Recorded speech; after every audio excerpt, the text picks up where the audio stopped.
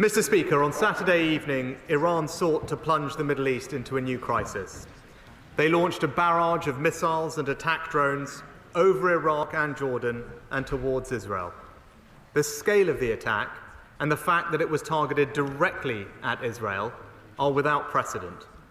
It was a reckless and dangerous escalation.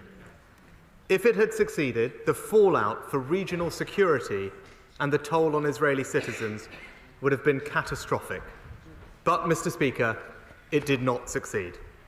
In support of Israel's own defensive action, the United Kingdom joined a US-led international effort, along with France and partners in the region, which intercepted almost all of the missiles, saving lives in Israel and its neighbours.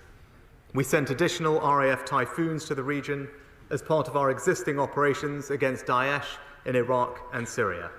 And I can confirm our forces destroyed a number of Iranian drones. We also provided important intelligence, surveillance and reconnaissance support for our partners. Mr Speaker, our pilots put themselves in harm's way to protect the innocent and preserve peace and stability. I spoke to the RAF earlier today. They are the best of the best, and I know the whole House will join me in expressing our gratitude. Mr Speaker, with this attack, Iran has once again shown its true colours. They are intent on sowing chaos in their own backyard, on further destabilising the Middle East. Our aim is to support stability and security, because it is right for the region, and because, although the Middle East is thousands of miles away, it has a direct effect on our security and prosperity at home. So we are working urgently with our allies to de-escalate the situation and prevent further bloodshed. We want to see calmer heads prevail, and we are directing all our diplomatic efforts to that end. Yesterday, I spoke to my fellow G7 leaders. We are united in our condemnation of this attack. We discussed further potential diplomatic measures which we will be working together to coordinate in the coming days. I will also shortly be speaking to Prime Minister Netanyahu to express our solidarity with Israel in the face of this attack and to discuss how we can prevent further escalation. All sides must show restraint. Mr Speaker, our action reflects our wider strategy in the Middle East, which I have set out in this House previously. I believe there are three vital steps to put the region onto a better path. First, we must uphold regional security against hostile actors, including in the Red Sea, and we must ensure Israel's security. That is non-negotiable. It is a fundamental condition for peace in the region. In the face of threats like we saw this weekend, Israel has our full support. Second, we must invest more deeply in the two-state solution.